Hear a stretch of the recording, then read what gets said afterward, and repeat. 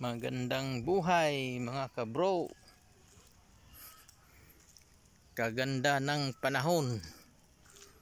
Masakit ang init. Naglalakad-lakad. Baka sakaling makapulot ng grasya sa daan o sa kalsada.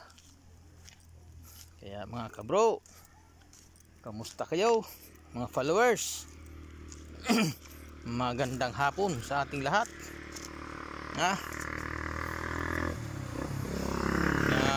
Kabro, ang tindi ng hirap ko noon hanggang ngayon.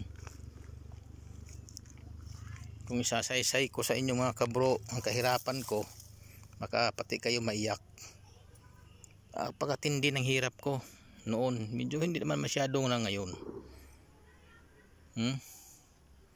Lalo na nung nag-aral pa yung aking mga anak. 3 ang anak ko, 1 babae, 2 lalaki. Pero nakapagtapos din naman sila ng 4th year high school. High school nga lamang. Kasi wala na rin namang kakayahan nga magpaaral ng college at ayaw na rin nila. Mga bro.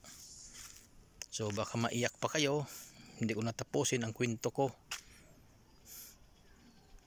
tungkol sa kalagayan at hirap ng buhay ko noong araw. Maliit pa lamang kami, hanggang ngayon nagkapamilya ako.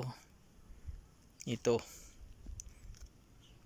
sumusubok pa rin sa tindi ng kahirapan ng aking buhay. Pero nandyan ang ating Panginoon, hindi tayo pinabayaan. Kaya sa hirap man o ginhawa, tuloy lamang ang buhay mga kabro.